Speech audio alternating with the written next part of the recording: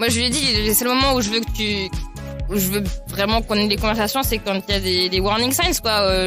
Là, t'as dépensé trop sur Amazon ou là, non, mais quand il a fallu réévaluer, changer d'école pour notre grande l'année dernière, quel type d'école on peut se payer, des trucs comme ça. Il y a un budget que j'ai en tête et ce budget-là, par contre, je le connais par cœur, c'est le budget des voyages. Ouais. On s'est mis un pourcentage de voyage par an. Et le budget voyage, c'est moi qui le gère et je sais exactement combien on dépense pour faire un week-end ici ou là. Ça c'est bon, je le maîtrise. Mais alors combien on gagne exactement Mais tu réponds pas à ma question. Qu'est-ce qui fait que tu veux pas savoir? Bah parce que c'est son truc. Enfin ouais, c'est ce que je disais tout à l'heure. C'est sa zone, quoi. C'est sa zone à lui. C'est comme quand moi je fais la cuisine. Je veux pas qu'il vienne me faire chier quand je fais la cuisine. Bah je vais pas venir faire chier sur ces tableaux Excel d'argent, quoi. C'est hyper patriarcal comme phrase, mais c'est vraiment ça, quoi. Exécuté par qui? Fabrice Florent.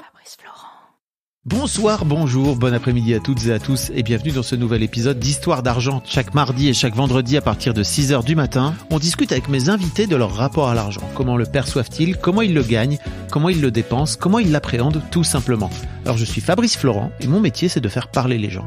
Je fais parler de mes invités de leur intime parce que je suis convaincu que l'intime est bien plus universel qu'on ne le pense. Vous verrez, vous vous reconnaîtrez peut-être dans les histoires des gens qui parlent dans mon micro alors qu'ils racontent leur histoire. Je fais donc parler des gens plutôt dans des podcasts de conversation sur divers sujets, des pères de paternité, des mères de maternité, des célébrités de leur parcours vers le succès, des hommes de masculinité et aussi, bien sûr, des gens de leur rapport à l'argent. Je fais aussi un talk show avec ma partenaire Mimi Hegel qui s'appelle le Fab et Mimi Show. Bref, vous retrouverez tous les liens dans les notes de cet épisode si vous voulez découvrir ces autres podcasts. Et d'ailleurs, si vous découvrez mes podcasts, je fais pas mal d'autres choses. Allez donc voir ça sur mon site internet fabflorent.com, fabflorent.com. Si mes podcasts et mon travail vous aident d'une manière ou d'une autre, alors vous pouvez m'aider en retour en m'envoyant un don en argent sonnant et trébuchant avec votre carte bleue ou alors en vous abonnant à mon Patreon à partir de 5 € par mois. Vous trouverez les liens dans les notes de cet épisode, merci d'avance, c'est très cool. Enfin, si vous aimez le podcast, vous pouvez vous y abonner, mettre un chouette commentaire et 5 étoiles au podcast sur votre appli de podcast préféré, en particulier si vous écoutez sur Apple Podcast ou Spotify, et surtout, partagez cet épisode et ce podcast autour de vous s'il vous a plu. Je suis sûr que vous connaissez des gens que mon travail pourrait intéresser.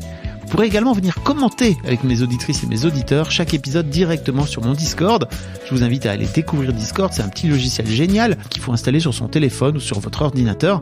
En fait, vous pouvez me suivre sur les différentes plateformes et réseaux sociaux et trouver toutes les infos pour me contacter dans les notes de cet épisode. Merci d'avance et bonne écoute. Salut à tous les deux. Salut donc Émilie, salut Guillaume. Juste avant qu'on enregistre là, Guillaume, tu me disais alors tous les nombres sont pas tout à fait exacts, etc. Et je te disais non mais t'inquiète pas, moi je viendrai pas vérifier, etc. Et toi, Émilie, tu me disais alors je les connais pas. Et donc je me suis dit oh putain, faut que j'enregistre vite là. C'est parti. On est tout de suite dans le vif du sujet. Comment ça, Émilie, tu connais pas les nombres, enfin j'imagine les chiffres, les revenus, etc. de votre foyer? Je connais pas les revenus exacts de notre foyer, non, effectivement, puisque l'argent du foyer, c'est pas moi qui le ramène actuellement et pour éviter toute frustration, enfin déjà j'ai beaucoup de frustration de pas gagner d'argent, donc je préférais me dire bon, tout ce qui est compte bancaire et tout ça pendant qu'on est dans cette situation-là, c'est pas trop mon dos à moi. Ah ouais, c'est pour vraiment.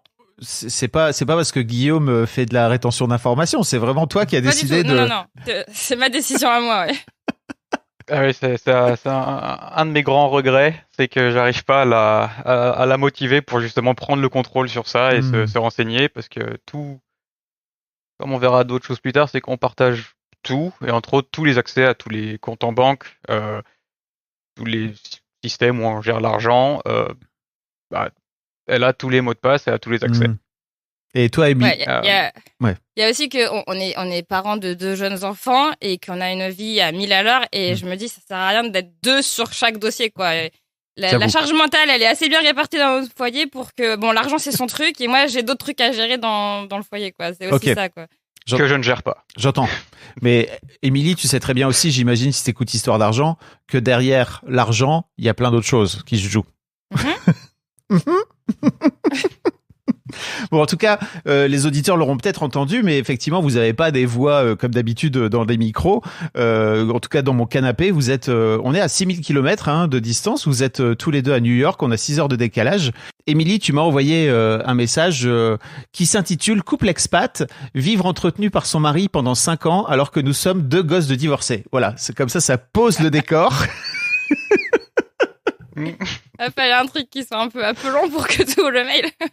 C'est pas mal. Franchement, je me suis dit, ok, c'est intéressant.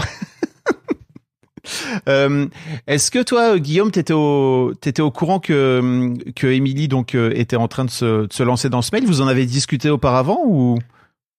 Je crois qu'elle m'avait dit que c'est quelque chose qu'elle aimerait bien faire. Je sais qu'elle a toujours aimé écouter les podcasts, et entre autres, malgré le fait qu'elle aime pas savoir tout l'argent, comment on gère l'argent, combien on a et tout ça, elle écoute beaucoup de podcasts sur l'argent en général et sur les relations que les gens ont à l'argent. Donc c'était pas une surprise, pas une grosse surprise. Ok. Et toi, Émilie, qu'est-ce qui fait j'écoute pas beaucoup de podcasts sur l'argent, j'écoute tous les podcasts de Fabflo. Oh, merci. C'est-à-dire que je passe mes semaines avec toi. Du lundi au vendredi, il y a toujours un podcast qui sort en ce moment. Okay. Donc je passe effectivement mes semaines à écouter les podcasts de Fabflo. Oh, quelle joie. Et Histoire d'argent, depuis le premier jour, puisque c'est un podcast qui est sorti après Histoire de Daron, tout ça, que j'écoutais déjà. Donc effectivement, depuis le premier jour, j'écoute Histoire d'argent, Et ça m'a beaucoup interpellée, Enfin, tous les podcasts que j'écoute, que tu crées, m'interpellent, me font beaucoup réfléchir, et il y a pas une journée où j'arrive pas dans la cuisine en disant « Ah, j'ai écouté dans un podcast !» Ceci, ça, effectivement. Ouais. Bah merci, ça me touche, c'est cool. Mais alors, qu'est-ce qui fait que... En tout cas, j'imagine que l'idée vient de toi à la base, Émilie, c'est ça? Ouais. Qu'est-ce qui fait que t'as voulu envoyer ta proposition pour venir pour que vous veniez tous les deux postuler dans le podcast? Parce que t'aurais pu aussi dire en fait j'aimerais bien être toute seule et venir raconter moi mon histoire. T'as voulu faire un truc de couple. Ouais, parce que je trouve intéressant la façon dont on gère le budget à la maison, dont on gère notre argent. Enfin, en fait, au début, en écoutant ton podcast, à chaque fois, je me disais, mais si je lui racontais ce qu'on fait, il se dirait, mais ils sont tarés, genre d'avoir qu'un seul compte, de tout mettre en commun, tout ça. Et souvent, tu dis, moi, avec mon ex-femme, on a toujours eu qu'un compte, et quand on a divorcé, cette phrase-là, je l'entends dans quasiment tous tes épisodes, et je me dis, du coup, moi, je veux savoir pourquoi, qu'est-ce qui s'est passé quand vous êtes séparés avec cette, du coup, la découverte du fait d'avoir ton propre compte. Je me suis dit, bon, donc nous, si on se sépare, qu'est-ce qui va se passer? C'est la surprise. Tu pourras pas savoir avant de le faire. Non, c'est clair. Après, donc comme je te disais, on est tous les deux des enfants de divorcés. On sait tous les deux ce que c'est que le risque de divorcer. Enfin, on l'a expérimenté dans notre vie, et je pense qu'on sera des bons divorcés si le divorce arrive, parce qu'on a expérimenté du point de vue d'être les enfants de ça, et du coup, je pense qu'on saura divorcer intelligemment si ça arrive. C'est grave, c'est un truc dont on a parlé avant même de se marier, quoi. De comment on divorcerait. C'est vraiment un sujet qui a été abordé avant même de décider de se marier, quoi. Ouais, je trouve ça assez sain finalement. Ça fait partie de vos peurs que vous aviez l'un et l'autre. Donc je trouve ça assez cool de venir le mettre sur la table. Guillaume, je t'ai vu croiser les doigts quand elle a dit on divorcera, on va faire en sorte de bien divorcer. T'as croisé les doigts. Je suis toujours très précautionneux. Oula, je vais chercher mes mots comme ça. Je suis jamais dans l'absolu. C'est-à-dire que même si on se prépare et qu'on en a beaucoup parlé, qu'on essaiera toujours de faire le mieux, je sais aussi que dans ce genre de situation, on peut se laisser emporter. Et ça peut être très difficile de rester soi-même ou de faire des efforts. Donc, si je pense qu'on fera le plus possible, si ça arrive, il y a des chances qu'il y ait des choses qui se passent pas aussi bien qu'ils pourraient se passer. Comme vous l'aviez prévu, en tout cas. Ouais, c'est ça. Et effectivement, après 5 ans sans avoir travaillé, si on devait divorcer aujourd'hui, je te demanderais une sacrée pension alimentaire. Vous avez parlé de l'argent, j'imagine, dans le cas de votre divorce. Pas vraiment. On s'est toujours dit qu'on séparerait tout en deux. Ah, ouais, ok.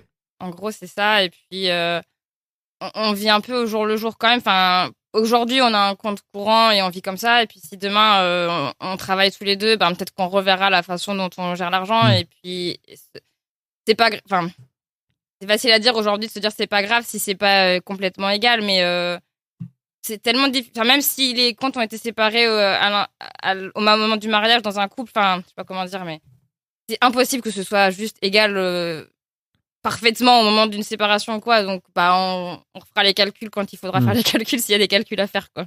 Je crois que j'en ai déjà parlé, mais déjà de base, le fait de réfléchir à qu'est-ce qu'on projette sur l'argent à un moment donné, avant de réfléchir même au divorce, ça permet aussi d'enlever tout l'aspect peut-être émotionnel qu'on vient projeter en plus sur l'argent. Déjà qu'il y a beaucoup d'aspects émotionnels dans les divorces, forcément. Mais si en plus tu viens projeter tout cet aspect émotionnel-là sur l'argent et que tu finis par cristalliser la colère, enfin plein d'autres choses, la frustration, etc. sur l'argent, ça peut éventuellement devenir compliqué, quoi. En tout cas, ça fait une variable de plus. Mm-hmm.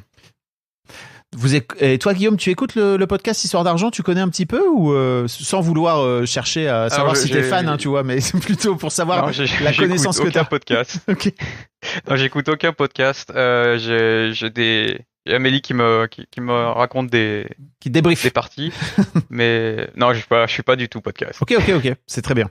Donc en gros là, c'est la première fois que tu viens parler de ta relation à l'argent. C'est ça. Ok. Oui. Émilie, j'imagine que tu as lancé des perches pour voir un petit peu. Ouais, déjà parler d'argent, on l'a beaucoup fait et on le fait souvent et on fait des réévaluations très régulièrement. Enfin, c'est pas du tout un tabou et de toute façon il le faut puisque on a une gestion commune de tout, donc il faut qu'on en parle de temps en temps. Et après parler du podcast exactement, on en a parlé le lendemain soir que je t'ai envoyé le mail. On avait un date night et du coup je lui ai dit tu vas voir la première question. Enfin, je lui ai dit les 2 premières questions que tu poses et du coup on a essayé d'en parler et ce qui est bien c'est que finalement, comme on a repoussé l'interview, on a eu 1 mois sans avoir à en parler. Finalement, on en a parlé le premier jour. Si on avait fait l'interview direct derrière, ça aurait été un peu moins fluide que là. Du coup, il y a un peu plus on a un peu oublié les réponses qu'on s'était données l'un et l'autre. Okay. Donc, je pense que ça va être intéressant. Complètement. Ouais. Très bien. Ok. Juste, peut-être, Émilie, peut-être tu peux resituer un petit peu les raisons pour lesquelles vous avez envie de venir partager votre histoire et de venir un peu raconter votre histoire commune avant qu'on aille plus loin dans l'interview. En gros, vous vous êtes rencontrés, vous sortiez de vos études, c'est ça ? On était encore étudiants. On était en plein dedans. Ah, vous étiez en plein dedans. Ouais. Je suis arrivée faire mon master dans la ville où Guillaume habitait et j'ai vu une annonce sur Le Bon Coin d'une coloc et du coup j'ai répondu parce que je cherchais un appart et je suis rentrée pour visiter la coloc et j'ai trouvé une chambre de libre et un coloc et un futur mari. Chose que j'ai mis du temps à savoir, mais on s'est mis en couple 2 ans après en fait. Finalement, ça a pris vraiment du temps. Incroyable. 3 même. 3 ans après, ouais, à peu près. 3 dit Guillaume. Ok. Facebook m'a dit ce matin, ça fait 10 ans qu'on était en coloc, donc ça fait 10 ans qu'on se connaît et seulement 7 ans qu'on est ensemble, ouais, c'est vrai. Ah ouais, donc je suis en train de préparer un podcast sur l'amour. Donc en plus ça me fascine un peu le sujet. Mais alors, comment vous avez fait pour passer de coloc à amoureux ? C'est venu comme ça petit à petit ou ? Oulala. Elle s'est cassé le pied. Hein ? Non, j'ai elle s'est cassé le pied. On s'est couru après pendant 1 an. Puis après, elle a quitté la coloc. Et puis ça s'est mal passé avec la personne avec qui il était à ce moment-là. Et après, elle est revenue dans la coloc. Et c'est à ce moment-là où on s'est mis ensemble. Trop intéressant. C'est nul les applis de rencontre finalement. Finissez par vous lancer dans... Le Bon Coin, c'est une appli de rencontre. Hein. Le Bon Coin, ouais, c'est une appli. Exactement. Donc ouais, vous avez... Alors, en fait, ce que tu racontes, Émilie, dans ton mail, c'est que, effectivement, tu l'as dit tout à l'heure, vous êtes tous les 2 des enfants de divorcés. Et qu'en fait, Guillaume, donc, est venu à toi avec à la fois une offre de job, j'imagine, aux États-Unis, donc c'est ça, mais également une demande en mariage. Pas vraiment. C'est moi qui l'ai fait, la demande en mariage. Non, donc quand je suis retournée vivre dans la coloc, ça faisait... il finissait tout juste son master en école d'ingé, où il avait encore 1 an à faire, je crois. Bref, il est parti faire un stage aux États-Unis. Et pendant ce stage, ils lui ont fait une offre d'emploi. Donc, il est revenu du stage en disant, en fait, ils m'ont fait une offre avec tel salaire. Et du coup, effectivement, les salaires en Amérique, c'est pas les mêmes qu'en France. Donc, quand on s'est dit, waouh, un tel salaire à la sortie des études, ce serait vraiment ouf. Mais ça impliquait beaucoup de choses. Ça impliquait que du coup, lui, il avait un visa de travail et que moi, j'en avais pas. Ça fait que 6 mois qu'on était en couple vraiment à ce moment-là. Donc, On s'est dit ok, mais du coup ça veut dire quoi pour moi? Et donc fallait qu'on se marie pour que j'ai un visa aussi. Donc déjà se marier, ok. Après 6 mois de relation, en étant tous les deux anti-mariage au possible, on s'est dit oui, bon d'accord. Et après moi j'ai toujours été une grande voyageuse. J'adore voyager. J'ai jamais envisagé ma vie en France. Donc quand mon mec il revient avec une possibilité de vivre à l'étranger, je lui dis mais vas-y, on saute sur l'occasion quoi. Il y a pas photo, on le fait direct. Et puis au pire, si le mariage il marche pas, c'est pas grave, on se séparera et c'est qu'un papier quoi, un mariage au final. Donc voilà, on a organisé d'autres mariages et puis on est parti. Alors enfin, on est parti 1 an, même 2 ans après l'offre d'emploi, mais ça prend du temps les papiers pour les États-Unis. Ouais. Ok, Guillaume, tu voulais ajouter un truc?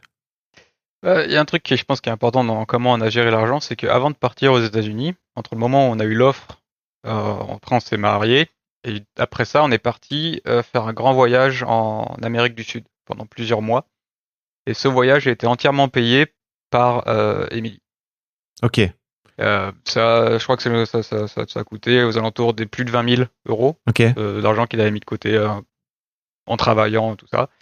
Et c'est quelque chose qu'on s'est dit, c'est que, étant donné que toi, tu pourras pas travailler quand on sera aux États-Unis pendant une période indéterminée, et ben du coup, c'est toi qui payes le voyage et ça te permet d'accepter le fait que du coup, c'est pas toi qui va payer notre vie aux États-Unis derrière. Ok. Et donc, Émilie, toi, tu disais dans le mail pour me donner bonne conscience entre guillemets, c'est-à-dire c'est pour ça que t'as payé ce voyage, c'est ça? T'avais un peu déjà des.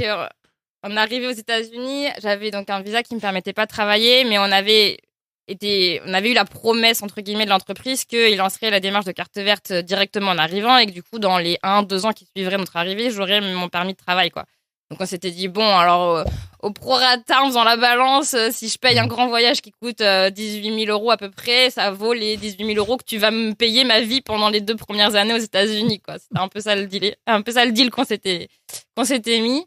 Au final 5 ans plus tard, je n'ai toujours pas de permis de travail, mais mais bon on a revu la discussion après, mais c'est vrai que c'était un petit peu c'était un peu mon passe-droit, je sais pas comment dire, je me sentais un peu moins coupable en me disant bon je paye ça et ce qu'on a fait aussi pour la maison, c'est que l'apport de la maison ça vient de l'argent que moi j'avais de côté et du coup je me dis bon pour le moment ils payent le remboursement du prêt mais moi j'ai mis l'apport de la maison donc elle est un peu à moi quand même quoi.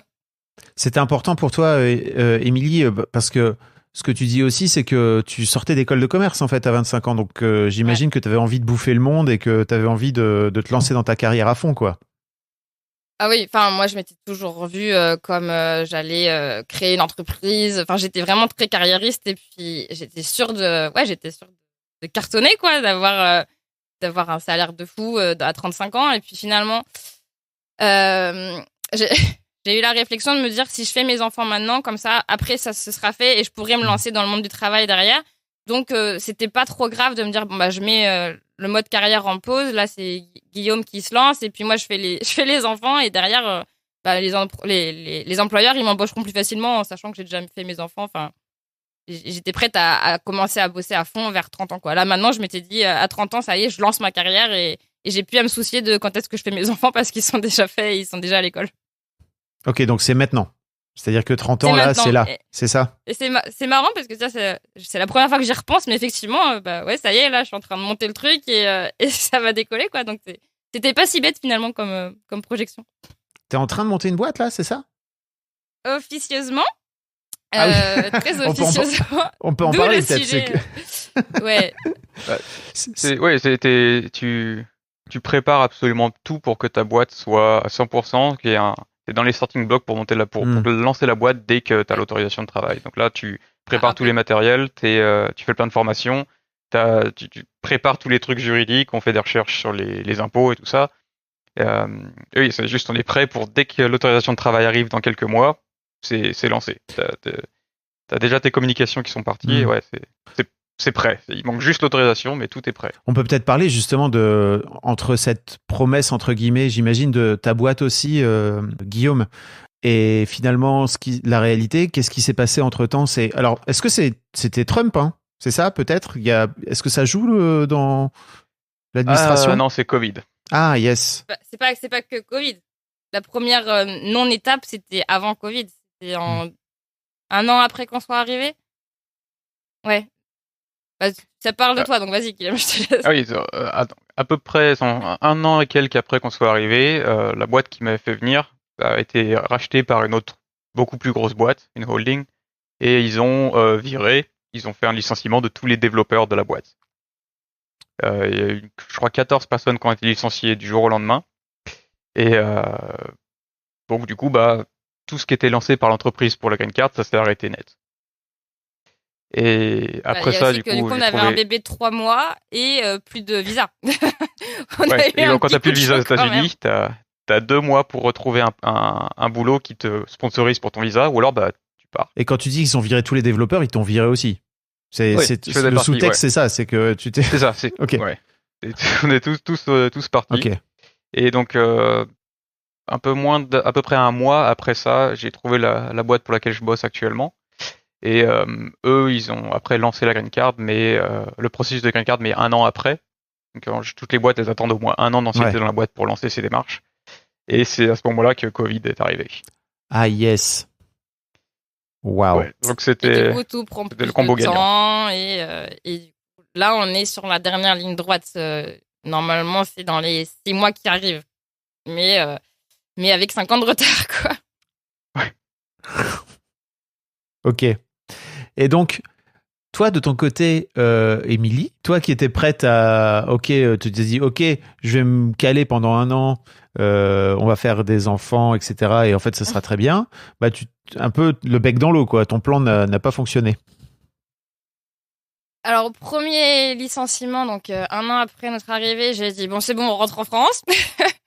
Après, ils retrouvent du boulot, ils nous disent, faut attendre à peu près 1 an pour lancer la démarche. J'ai dit ok, et puis finalement 1 an plus tard, les avocats ils mettent 3 mois à répondre. Au bout de 2 mois, j'ai dit c'est bon, on rentre en France. À peu près tous les ans, je dis c'est bon, on rentre en France. Il y en a marre là. Et puis finalement, on avance quand même. Enfin, donc on a eu Louise, notre premier enfant, directement en arrivant. Après, il y a eu le licenciement, puis Covid. On s'est dit on va lancer un 2e enfant. Alors ok, allons-y. Et puis là, oui, notre deuxième, elle a 2 ans. Là, il est temps que ça arrive, quoi. Ouais. Donc là, finalement, attends, vous avez 30 ans tous les deux, vous avez déjà vos 2 enfants qui sont en fait grands, c'est ça, enfin, ils sont plutôt grands, vos enfants maintenant. 2 ans. 2 et 4, ouais. Ah ouais. 2 et 4 ans. Donc ils seront bientôt à l'école, tous les deux. On est en Amérique, hein. Ouais. Et oui, la plus grande va être à l'école dans quelques mois. Oh, wow. Elle va être à l'école à plein temps dans quelques mois. Mais c'est vrai que c'est une conversation qu'on a souvent par rapport à l'argent, c'est que nous, ça va aller décrescendo. Là, elles sont toutes les deux en daycare, en garde, le matin seulement, parce qu'on n'a pas les moyens de les mettre plus que le matin. Et ça nous coûte déjà un bras de les mettre toutes les deux le matin. Mais c'est vrai qu'à partir de l'an prochain, on paye plus l'école de la grande. Et puis la petite, dans 3 ans, on paye plus son école. Donc, on va commencer. Moi, je vais commencer à gagner de l'argent et on va arrêter de payer l'école. Donc, on va commencer à enfin avoir un niveau de vie à peu près stable où on se prendra moins la tête, quoi. Alors, quand vous dites un bras, juste pour donner un peu une idée de ce que ça peut coûter aux auditrices, aux auditeurs qui nous écoutent en France. Alors là, on a la plus grande qui est... C'est Guillaume qui arrive à ce moment-là et qui dit « Attends, c'est moi qui ai les chiffres. » C'est pas vrai parce que tous les mois, je lui redis combien il faut mettre sur le chèque. Le chèque de l'école, c'est moi qui sais combien on met dessus. Alors Donc t'es au courant quand même. Le seul chiffre que j'ai pas, c'est combien il gagne exactement. J'ai une idée grosso merdo de ce qu'il gagne, mais le salaire exact, je sais pas. Ok, c'est trop marrant. Pardon. Du coup, un bras pour une idée, c'est pour 5 demi-journées pour la grande par semaine et pour 2 demi-journées pour la petite par semaine, on paye un peu plus de $1,100 par mois. Ah ouais. Ouais. Un bon bras. Et c'est des écoles vraiment pas chères qu'on a trouvées. Hein. Ouais. On est dans les écoles les moins chères du coin. Ouais. Après, on est aussi dans une région qui coûte très cher. Vous êtes à New York, hein, c'est ça? Je me trompe pas? Ouais, on est dans le coin. Ok. Et on est dans ce qu'on appelle le Tri-State Area.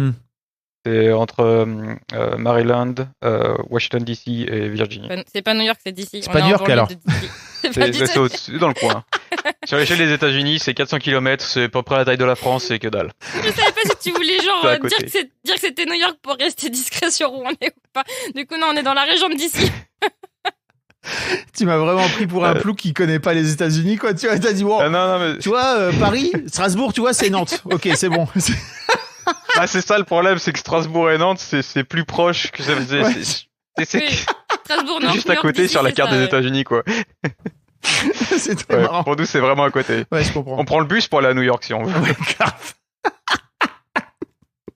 Ok, d'accord. Donc vous êtes pas. Je sais pas pourquoi j'avais en tête que vous étiez à New York, mais ok, je comprends. Et donc en fait, qu'est-ce qui fait que Émilie, avant qu'on rentre un peu plus dans le vif du sujet, qu'est-ce qui fait que toi de ton côté, tu te dises non mais en fait je sais pas exactement combien gagne Guillaume et en gros je veux pas savoir.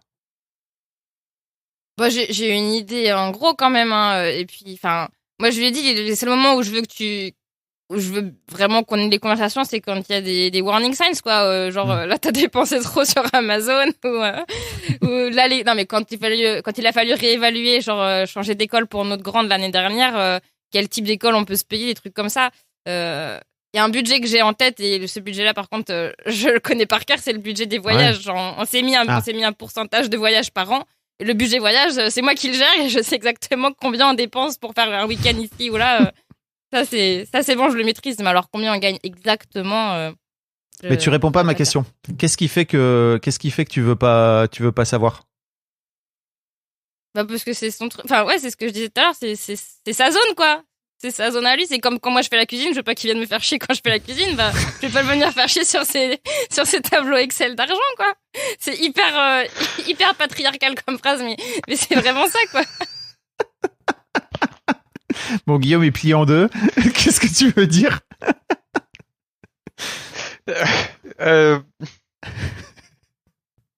Je sais pas, j'ai jamais vraiment compris pourquoi elle voulait pas savoir tout ça. J'ai beaucoup aimé ne t'aime pas quand je viens te déranger dans la cuisine, même si on travaille beaucoup ensemble quand on fait les trucs comme ça, même pour la cuisine, on fait beaucoup ensemble.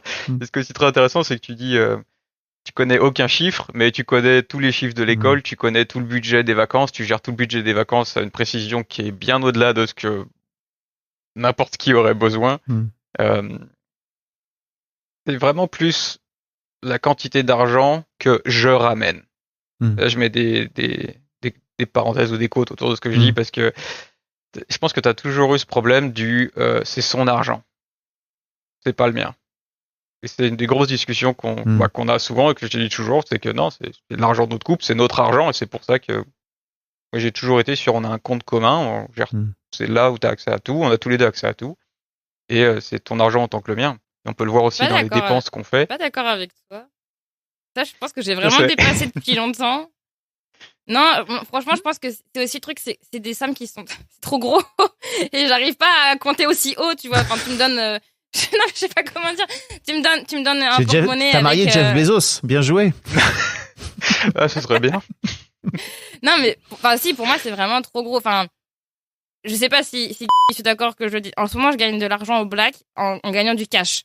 Et je gagne des belles sommes. Enfin, c'est pas des connasses que je gagne en gagnant du cash, mais c'est concret. Je l'ai dans les mains et je le vois et je le touche et je suis trop fière en plus d'avoir mes liasses de billets. C'est trop cool. Et c'est vraiment, c'est concret, quoi. Je peux le toucher. Et par contre, l'argent que il ramène sur le compte en banque du voyez, c'est trop, c'est pas assez réel pour moi. J'arrive pas à le visualiser, quoi. Un chèque de 875 pour l'école de notre grande, ok, je peux le visualiser, c'est un chiffre qui me paraît encore cohérent, mais... Tu gagnes combien, Guillaume? L'année dernière, on était aux alentours des 160 000. Ok.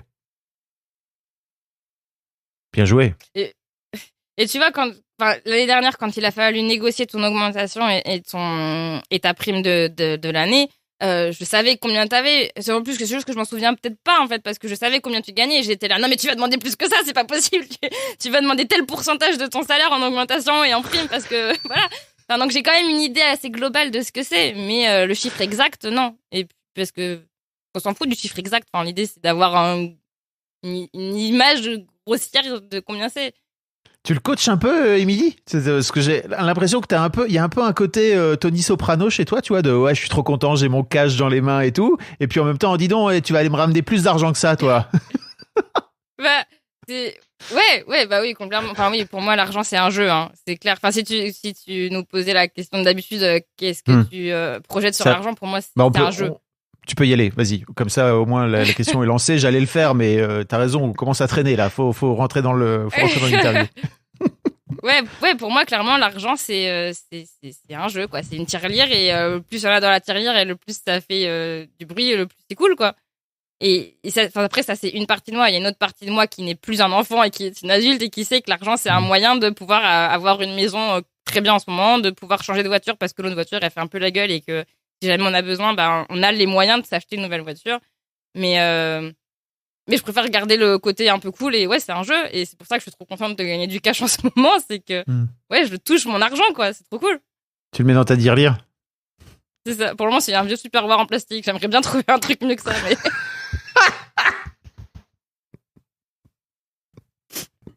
J'allais te dire, en plus, ça fait pas gling gling les billets, c'est nul, quoi. Non.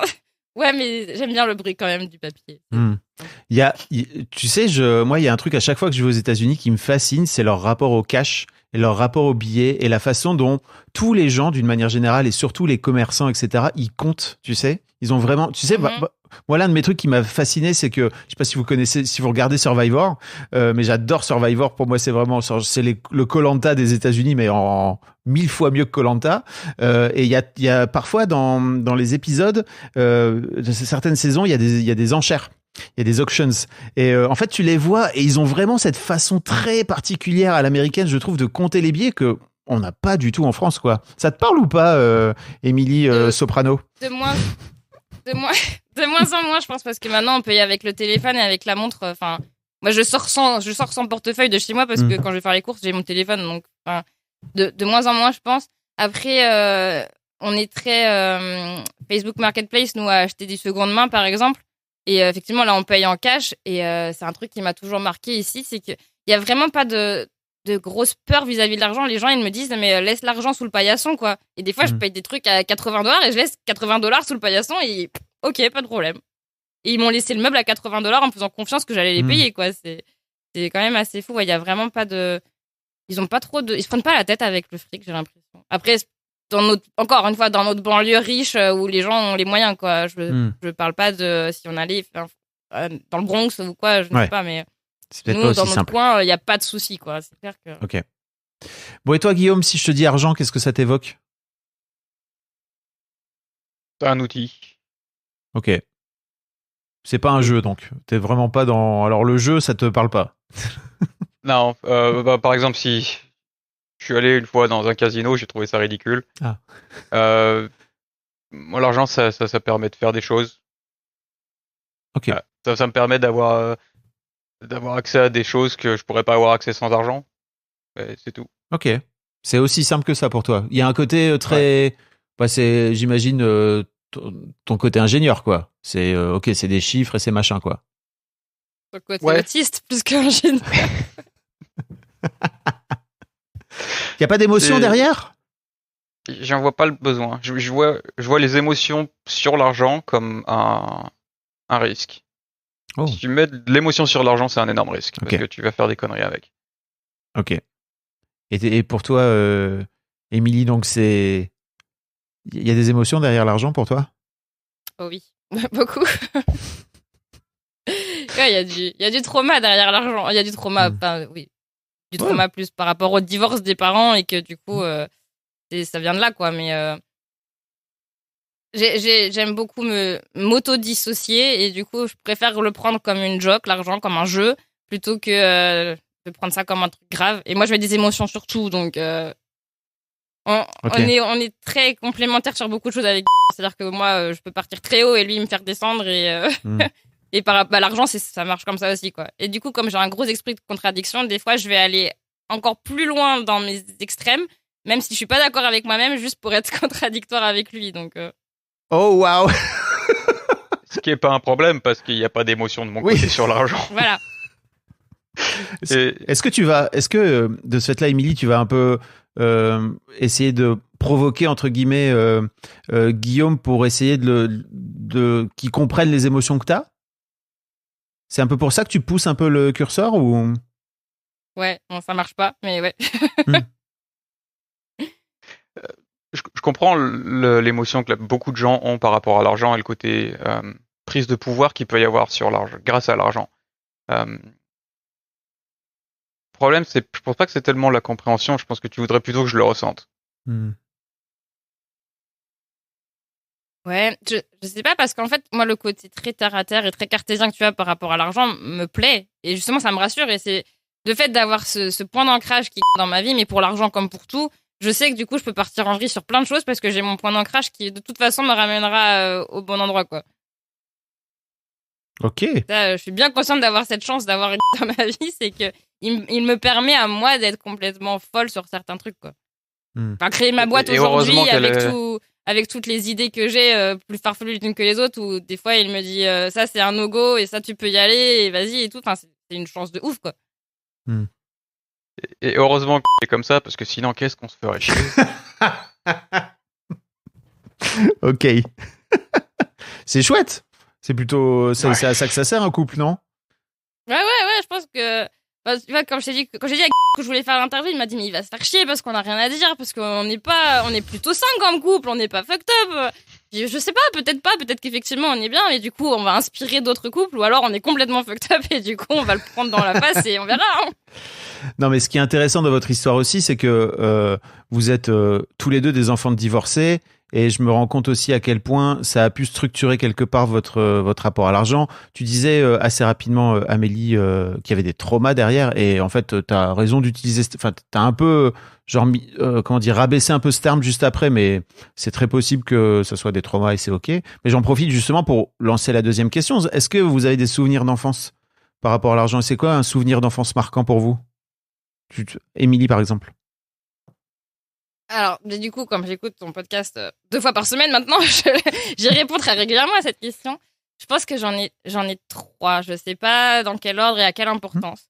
Il y en a un qui, par rapport au passage à l'euro, hein, comme beaucoup de gens de votre âge, je me souviens d'être allée acheter à la papeterie un cahier et un crayon qui m'avait coûté peut-être 10 €, je sais pas, et que je m'étais un peu fait engueuler par mon père, où il m'avait dit, bah, tu vois, ça vaut tant de francs, machin, c'est quand même beaucoup et tout.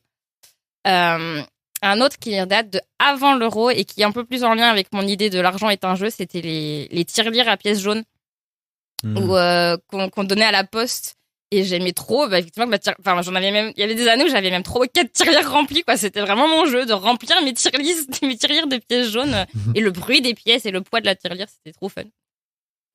Donc ça, c'est vraiment en lien avec l'argent est un jeu, quoi, on va dire. Et en lien avec ce trauma du divorce, c'est le chèque de pension alimentaire tous les mois que ma mère nous demandait de demander à notre père pour qu'elle le récupère. Et moi, ce foutu bout de papier m'a toujours traumatisée. Enfin, c'est pas une gamine de 5 ans d'aller réclamer à son père le chèque de pension alimentaire, quoi. Et tu faisais le pigeon. Ouais, tu faisais le pigeon voyageur. Je dis que c'est moi. Je pense que si ma sœur écoutait le podcast, ma sœur elle a 4 ans de plus que moi, je pense que c'est plutôt elle qui gérait. Je sais que c'est elle qui a fait beaucoup le tampon dans le divorce, mais moi, il m'a quand même traumatisé, ce foutu chèque de caution là, je sais plus combien c'était 600 et quelques euros, je crois. Enfin bon, bref. Ok.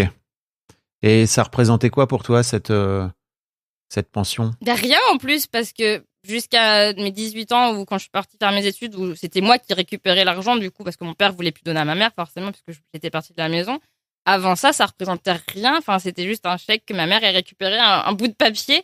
Et je sais que c'était pour nous acheter à manger, pour nous acheter des vêtements, pour payer nos activités ou quoi, mais encore une fois, l'argent était très immatériel, donc parce que pour moi, c'était juste un bout de papier, et que je sais que si mon père ne le donnait pas à la bonne date, c'était des conflits, et que c'était jamais assez non plus. Je sais que tous les X années, elle allait revoir le juge pour essayer de faire augmenter la pension alimentaire, et que il y avait des engueulades à chaque fois sur le pas de la porte le dimanche soir parce que c'était pas assez de chèque de caution. Et ma mère a toujours été très jalouse de ce que mon père gagnait, et du coup, c'est le sujet, quoi. De toute façon, l'autre, il gagne tellement d'argent qu'il pourrait bien donner plus, et voilà, quoi.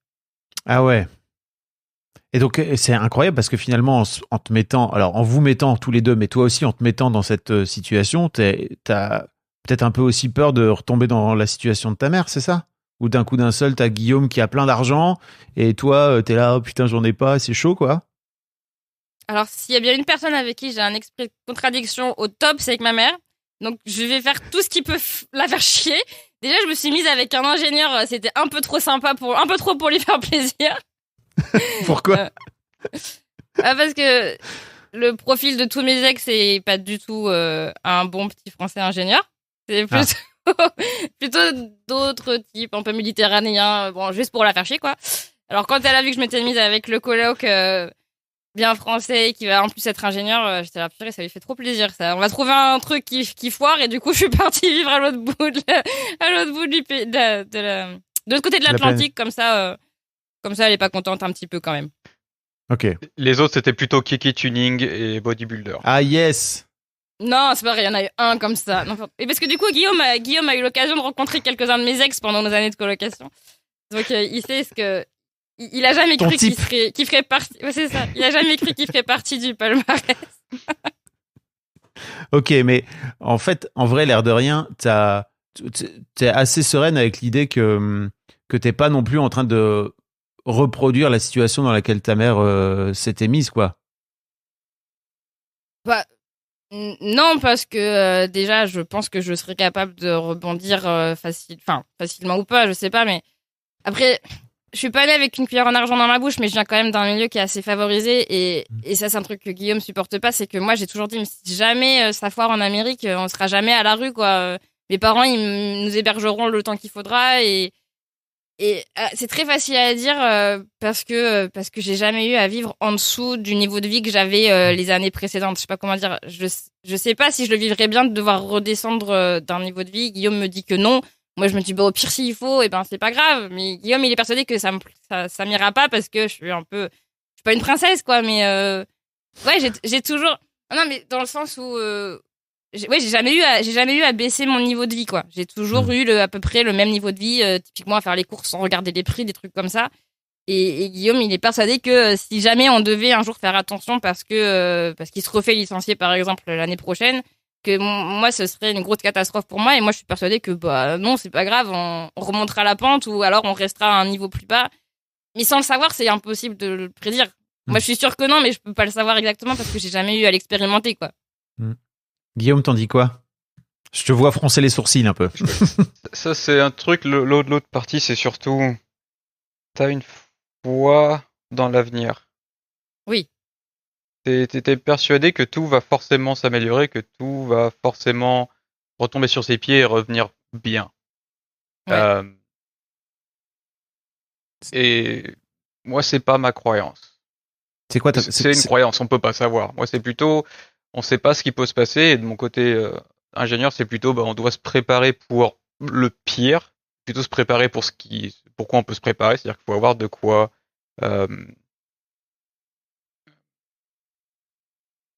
comment dire, s'il y a quelque chose qui va mal, faut qu'on soit prêt à survivre à ça, faut qu'on soit prêt à maintenir notre niveau, ou alors au moins à faire en sorte qu'on retombe pas si bas, qu'on soit dans un cercle vicieux. À survivre, c'est un grand mot quand même, hein. Bah, l'argent, au final, quand je disais que c'était un outil, c'est un outil de base qui nous assure la base de la pyramide de Maslow. T'as pas d'argent, t'as pas d'endroit pour vivre, t'as pas de quoi te nourrir, et si tu dois faire ça pour 3 personnes ou 4 personnes, c'est plus que très difficile. Et après, pour sortir de ce cycle, le cycle de la pauvreté, c'est encore plus difficile. Donc, le fait qu'on soit dans une situation qui est stable, c'est-à-dire il faut réussir à se créer un amortisseur ou un coussin qui est suffisant pour ne jamais pour ne jamais arriver à ce cycle vicieux qui est quasiment impossible à en sortir. Alors, ça, si je puis me permettre, c'est une croyance. Parce que là, pour le coup, désolé l'ingénieur, mais en fait, j'entends bien qu'Émilie écoute mes podcasts parce que c'est un vrai truc que j'essaie de dire, notamment parce que les gens ont souvent peur de finir sous un pont, tu sais.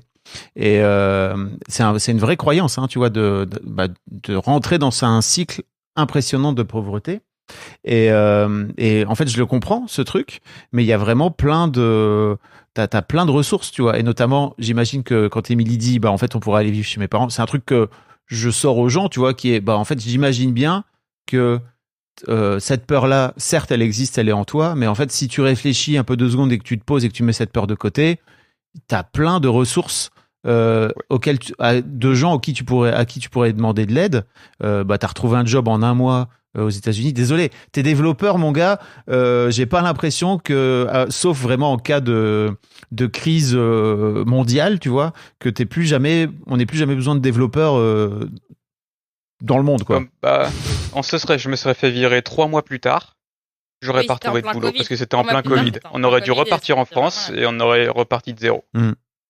Donc non, moi, ce que je dis, c'est pas que ça va arriver et pas qu'il y a il y a un cycle obligatoire de pauvreté extrême. Mais c'est aussi si on tombe dans un niveau, on baisse beaucoup notre niveau de vie, tout ce que cet outil que l'argent peut nous permettre d'accéder, comme par exemple des écoles qui peuvent donner accès à des informations et de l'apprentissage à nos filles, une nourriture de bonne qualité qui est indispensable pour être en bonne santé et avoir de l'énergie. Toutes ces choses-là, ça s'ajoute et du coup, ça va nous impacter négativement dans des proportions qu'on peut pas totalement comprendre. Je comprends. C'est pas un risque comme une peur extrême, c'est plutôt comment est-ce qu'on peut faire pour assurer qu'on soit toujours à un niveau sur lequel on est confortable. Ok. Et quelle est la quantité d'argent qu'il faut mettre de côté et quelle est la quantité de préparation qu'on doit faire pour assurer ce niveau-là. Ok.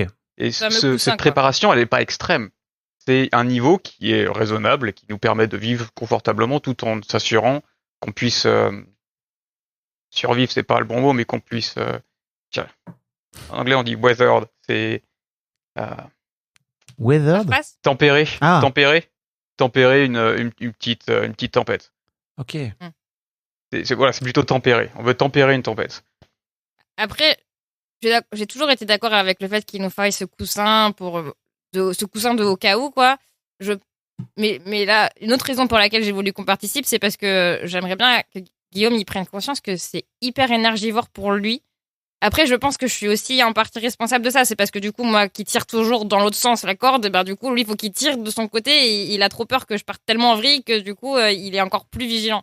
Donc peut-être que j'ai un pas à faire dans le sens où je suis d'accord avec lui. Mais en plus, je pense qu'il le sait et que je suis d'accord avec lui sur ce coussin de sécurité qu'il nous faut, sur le fait qu'il faille mettre de l'argent de côté un petit peu tous les mois, tout ça. Mais du coup, je trouve que c'est hyper énergivore chez toi, ce côté de faire attention. Enfin, typiquement, je sais pas si je vais être content que je le dise, mais il reçoit une notification sur son téléphone à chaque fois qu'on utilise la carte de notre compte. Non, mais c'est un truc de fou. C'est-à-dire que je ne peux pas aller faire les courses ou m'acheter un café sans que mon mari soit au courant de ça. C'est quand même hyper... Déjà, pour moi, c'est horrible, quoi. Il y a une notion de contrôle. Je me fais un petit plaisir. Ouais, et c'est un plaisir sur lequel je culpabilise des fois de me dire, je vais me faire un café et il va direct le savoir, quoi. Vous en avez parlé ensemble ? Ouais. Ces notifications, tu peux les avoir aussi. Et je les veux pas, moi. Tous les accès. C'est pas ce qu'elle dit, hein. Non, c'est pas ce qu'elle dit, le truc, Guillaume. c'est que... Tu te rappelles ce que ça nous a permis d'éviter ? Non. C'est que ça, en fait, les cartes de crédit aux États-Unis, donc c'est des cartes de crédit, c'est-à-dire que tu payes et ça retire pas directement sur ton argent. C'est-à-dire que tu peux payer, on peut payer $60,000 d'un coup avec notre carte de crédit. Il n'y a pas de code. Ah. Oui, on peut facilement se faire hacker ou tu piquer perds sa ta carte, quelqu'un peut payer d'un coup $60,000 n'importe où. Ok. Ça peut prendre 2 minutes. Et donc ça a un impact derrière qui est énorme parce qu'aux États-Unis, il y a un truc qui s'appelle le credit score. Qui, en fait, c'est un indice de confiance sur ta manière de gérer l'argent. Et plus les banques ont confiance en toi, plus tu peux avoir des bons taux. C'est entre autres pour ça qu'on a pu avoir un super bon taux pour la maison qu'on a achetée. Et pour n'importe quoi, si tu veux louer un appartement, si tu as un bon credit score, tu as une bonne chance de l'avoir. Si tu as un mauvais credit score, tu l'auras pas. Avoir acheter une voiture, ce genre de choses, tout ça, ça compte là-dedans. Et si, par exemple, tu te fais voler ton identité, ça peut détruire ton credit score. Et donc tes chances d'acheter une maison, de louer un appartement, d'avoir une voiture, ce genre de choses. Et donc ces alertes-là, elles m'ont permis de me rendre compte en moins de 2 minutes que quelqu'un avait pris notre carte de crédit et avait acheté pour $1,200 d'alcool 2 fois d'affilée en 10 minutes. Et donc t'as fait annuler le truc, c'est ça ? 15 minutes plus tard, j'avais bloqué, j'avais fait opposition immédiatement, et 7 jours plus tard, on a reçu une nouvelle carte de crédit, tout a été remboursé. Et on a vu d'autres choses comme ça qui étaient beaucoup plus faibles, mais je veux dire, tu aurais vu ça le soir même, en allant sur le compte le soir même, il y avait juste, c'est pas à quelques heures près, quoi. La différence, c'est que ça, c'est actif. C'est-à-dire qu'il faut que tu ailles voir sur le compte. Alors que ces notifications, toi, t'es passif. Elles arrivent à toi. Et donc, c'est une charge mentale qui est bien en fait, plus faible. alors je comprends ton point, hein, Guillaume, mais en fait, ce que Émilie te dit, c'est pas du tout ça. En fait, ce qu'elle te dit, c'est juste qu'elle a cette sensation, et j'imagine bien que c'est pas ton intention, tu vois, mais elle a cette sensation que de ce fait-là, t'as l'œil sur tout ce qu'elle est en train d'acheter, quoi. Ah bah c'est le cas. Justement. Le truc, c'est que si tu veux acheter quelque chose, tu veux pas que je le sache, on a plein de moyens de le faire. On s'est fait des cadeaux et on s'est pas rendu compte qu'on avait acheté. Parce que, par exemple, si on achète des cadeaux et qu'on veut pas que ça se voit, oui, c'est un jeu. Et le truc, c'est, par exemple, il suffit de retirer de l'argent. On retire de l'argent et voilà. On sait pas ce qu'on achète avec. Non, parce que pour retirer de l'argent, il faudrait que je me souvienne de mon code de carte bleue. Oh my god! En plus, tu peux aller taper dans ton Tupperware magique, Émilie. Hein. Je dis ça, je dis rien. Hein. Ouais, mais c'est le Tupperware de l'entreprise. Je suis pas supposée l'utiliser pour le moment. C'est vrai. Pardon.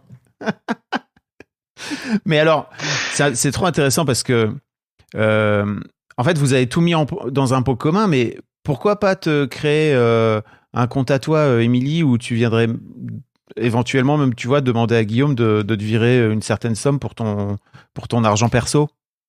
Ça, on en a parlé justement pour que j'ai un crédit score à mon nom parce que pour le moment, j'ai pas de crédit score. C'est vrai qu'on l'a jamais fait. On a failli lancer le truc il y a quelques mois et puis finalement, on a abandonné parce qu'on avait un peu la flemme, quoi. Oui, c'est vraiment la flemme. Alors, tu as abandonné ou Guillaume a abandonné ou parce que vraiment Guillaume, je le vois en train de faire un facepalm là, genre putain de merde. Ouais, Guillaume avait commencé un truc, puis après il avait dit de toute façon il faut que tu mettes, enfin c'est ta signature qu'il faut, puis j'ai dit ouais on regardera ça, et puis on n'a jamais regardé. Ah donc c'est toi qui bloque un peu, Émilie, si je puis me permettre. Ah c'est vraiment de la flemme. Hein. C'est juste que non mais. Le temps passé à faire ça, au prorata de ce que ça me dérange qu'il ait les notifications, franchement, ça me dérange moins qu'il ait les notifications de quand je m'achète un café ou quand je vais à Target plutôt que d'aller me casser la tête à aller à la banque pour ouvrir un compte, quoi. Mais, ok. Bon, c'est avec ça que tu dis donc Guillaume tous les jours, hein. C'est ça, il y a ce niveau de contradiction-là qui est quand même incroyable.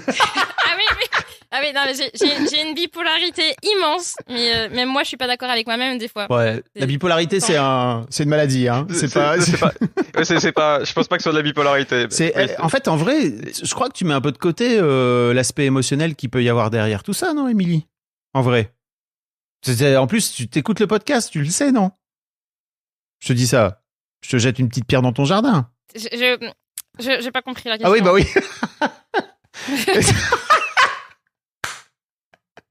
Désolé, j'ai pas pigé la question. Putain, j'ai posé un jour une question à Janet Jackson aux États-Unis, d'accord? Parce que dans mon temps naguère, j'ai interviewé Janet Jackson. Il y avait une question auquel elle voulait pas répondre. Ses PR, il m'avait dit, enfin, ses attachés de presse m'avaient dit, elle veut pas répondre à cette question. Et à la fin, j'avais posé. Elle m'avait fait exactement la même chose. Elle avait dit, vous pouvez répéter la question? J'étais là, putain, avec mon accent de merde et tout. Je lui ai répété. Elle a fait, sorry, I don't understand. J'ai fait, ok, elle veut pas répondre, quoi. C'est bon. Tu viens de me faire une Janet Jackson, là. Désolé, j'ai pas compris la question. Non, mais j'ai vraiment pas compris. Ben, en fait, je suis en train de te parler de l'émotion qu'il y a derrière l'argent. Oui. Et que, en fait, je suis en train. Alors, j'ai bien compris que Guillaume a un rapport un peu plus structuré.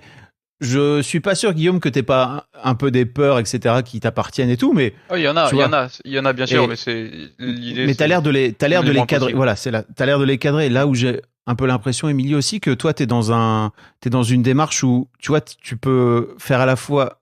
Enfin, je comprends en fait, tu vois, que tu te dises putain, en fait, je peux plus me payer un café sans que mon gars il ait une notification sur son téléphone. Ça, franchement, je pige. Hein. Et après, quand en fait, apparemment, il a l'air de trouver une solution qui est, bah vas-y, viens, on t'ouvre un compte, ça te fait un credit score. En fait, ça te fait un peu rentrer entre guillemets dans la vie américaine aussi quelque part, quoi. Peut-être qu'il y a de ça aussi, quoi, la vie active entre guillemets. Je sais pas. Et toi, t'es là, bah non, en fait, ça me saoule, j'ai la flemme, je préfère qu'il ait la notif plutôt que d'aller ouvrir un compte en banque. T'aimes pas la paperasse? Ouais. Bah, j'aime plus ça. Avant, c'était ma passion. Genre, j'adorais. Okay. Mais avant qu'on se mette ensemble, quoi, quand c'était chacun pour soi. Et maintenant, beaucoup moins. Parce que c'est Guillaume qui prend en charge de la majorité de la paperasse, c'est ça? Je pense qu'il y a un gros côté. Ouais. Si on va creuser loin, je pense que je suis encore jalouse. Que lui puisse travailler et pas moi. Et du coup, je me dis, bah, écoute, je suis jalouse et je boude. Et du coup, je continue de bouder. Merci. Parce que c'est évident que c'est ça. Parce que là, t'es en train de créer un problème qui vient de résoudre en 2 secondes. Et t'es juste là, non, si c'est ça, non, c'est plus compliqué. C'est chiant. Vraiment l'impression. C'est exactement ça.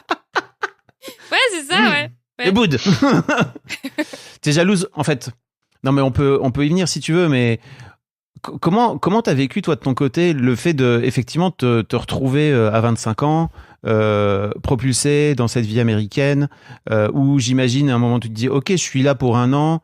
Finalement, 5 piges plus tard, t'es obligé de créer ta boîte un peu en catimini. Enfin, c'est trop chiant. Je me mets à ta place. Franchement, je peux comprendre que ce soit extrêmement gonflant. Mais ce que je me demandais, c'est de la jalousie ou il y a un truc derrière différent?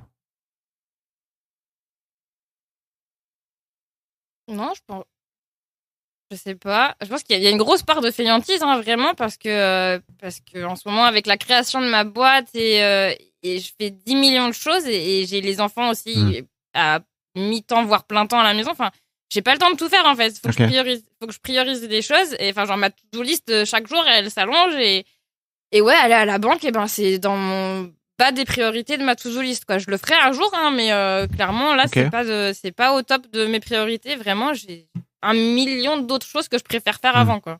Tu comprends pourquoi je te pose cette question? Tu viens de me dire que t'étais jalouse il y a 2 minutes. Ce qui est pas, tu vois, je comprends vraiment l'argument de, en fait, j'ai vraiment d'autres trucs à foutre, quoi, tu vois. Mais la jalousie, en fait, elle est pas dépendante de ta to-do list.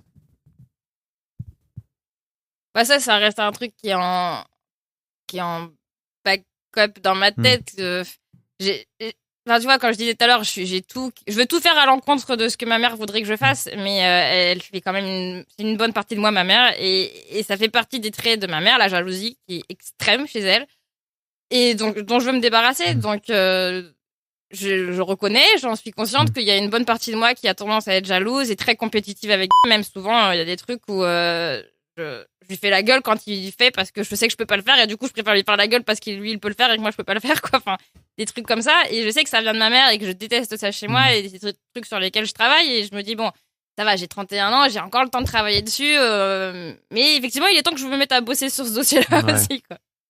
Et toi Guillaume, comment tu vis quand Émilie est jalouse? C'est sur le coup, d'abord je comprends pas parce que ça vient, je comprends pas immédiatement que c'est ce qui est en train de se passer, donc d'abord je continue à essayer de raisonner de résoudre le problème, tu veux dire, c'est ça? C'est ça. Moi je suis très simple, je résous un problème. Et une fois que c'est un truc que j'ai appris après, c'est une fois que j'ai compris que la résolution c'est pas ce qui est voulu, je me retire. Ah ouais? Ça sert à rien, on n'aide pas quelqu'un qui veut pas être aidé. Mais le truc c'est que faut quand même, j'essaie toujours d'aider, on essaie toujours d'en parler, et je sais que c'est une journée, c'est un voyage, c'est un process. Oui. Ouais, c'est un voyage, ça prend du temps, et il faut juste être là pour chaque étape du temps. Moi j'ai d'autres voyages que je fais et à mettre sur ces voyages-là. Moi je suis juste un support sur ce voyage-là qu'elle a à faire. Ok. J'ai un peu l'impression d'être un thérapeute de couple, c'est étrange, mais qu'est-ce que t'aimerais non mais en plus, qu'est-ce que t'attendrais à ce moment-là qu'il fasse Émilie, que Guillaume fasse? Bah, on en a déjà parlé. Quand ça part vraiment au clash, moi, ce qu'il me faut, c'est un temps de latence pour digérer les trucs, et après, je reviens en ayant la queue entre les jambes et en lui disant bon, bah, je sais que là, j'ai merdé, que j'aurais pas dû faire ça. Des fois, il y a la fierté qui prend le dessus et j'ai un peu du mal à venir dire j'aurais pas dû dire ou faire ça, mais en général, on est plutôt pas mauvais en communication. Enfin, dernièrement, on s'est rendu compte que la plupart du temps, on s'est engueulé pour juste des quiproquos parce qu'on voulait se dire la même chose, quoi. C'est grave, mais souvent on a la même idée, on veut dire la même chose, mais c'est juste qu'on le dit pas pareil et on n'a pas la même façon d'interpréter les choses, et du coup, en fait, on s'engueule alors que au final, on voulait juste te dire la même chose. Mais putain, je te dis depuis tout à l'heure qu'on est d'accord. Ouais, et en fait, peut-être, tu vois, moi, l'un des trucs dont je me suis rendu compte, c'est que parfois, t'attends juste que l'autre vienne te faire un câlin et t'écoute, parce que en tant que problem solver, hein, moi, je suis plutôt, en tout cas, j'essaie de me soigner. C'est-à-dire que quand quelqu'un vient avec un problème, j'ai tendance à vouloir tout de suite le résoudre, alors qu'en fait, la personne, à ce moment-là, elle a juste besoin qu'on l'écoute et que je lui fasse un câlin, tu vois, et que je dise, je suis désolé, c'est vrai que c'est chiant. Et je sais que c'est pas facile, hein, Guillaume, c'est pas pour te donner une leçon, parce que vraiment, gros work in progress pour moi non, t'as juste besoin de de montrer de l'empathie et de dire putain, je suis désolé, c'est chiant. D'accord, des bisous. Allez-y, viens, on fait un câlin.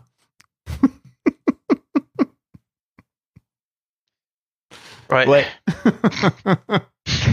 Bon, et pardon. C'est un truc qui est intéressant parce que je suis solutionneur. Moi, je pense qu'on est tous les deux des solutionneurs. Et pour moi, ça sert à... Si on apporte un problème, c'est parce qu'on veut une solution. Sinon, on n'apporte pas de problème. On apporte une discussion. Et ouais, c'est un truc à apprendre là-dessus, à comprendre là-dessus. C'est intéressant parce que c'est pas seulement dans les relations de couple, mais c'est aussi dans n'importe quelle relation avec d'autres personnes qu'on peut avoir, par exemple au travail. Ça c'est quelque chose qui se retrouve très souvent. Et plus il y a une relation de subordination, plus c'est présent et plus c'est risqué, ce type de discussion. Qu'est-ce que tu entends par là? J'ai pu voir des situations, par exemple, entre un manager et quelqu'un qui est subordonné à ce manager-là. Parfois, les gens veulent pas de solution, ils veulent juste discuter de leurs problèmes. Et le manager peut être juste là pour écouter et sans valider. Oui. Et ça, c'est comprendre ça dans ce contexte, c'est intéressant parce que ça peut valider cette partie-là dans d'autres contextes, comme par exemple dans un couple ou quelque chose comme ça, qui reste comme pour moi quelque chose de très étranger, de très suspect. Ouais. Suspect dans quel sens? Dans le sens où je vois pas ce que ça va changer. Ah. Mais justement, par rapport à l'argent et à ça, le fait de résoudre des problèmes, depuis 5 ans, ça arrivait fréquemment que le sujet revienne de j'en ai marre de cette situation et tout ça, où j'attends pas qu'on trouve une solution à l'instant T, mais juste j'ai besoin de partager le fait que là, en ce moment, tout de suite, maintenant, j'en ai marre de cette situation, ça me saoule et j'ai besoin de vent out, là, juste d'exprimer ça et c'est là où des fois ça part en vrille parce que il veut trouver des solutions en disant bah de toute façon on peut pas repartir en France maintenant, on va pas revendre la maison et machin et tout. Mais c'est pas du tout ce que je suis en train de te dire, je suis juste en train de te dire que là j'en ai marre tout de suite maintenant, ça me gave. Point. C'est tout en fait. Voilà. Mais pour lui, à chaque fois que j'amène une problématique ou que j'amène une idée ou quoi, il a l'impression que je veux qu'on trouve une solution tout de suite maintenant.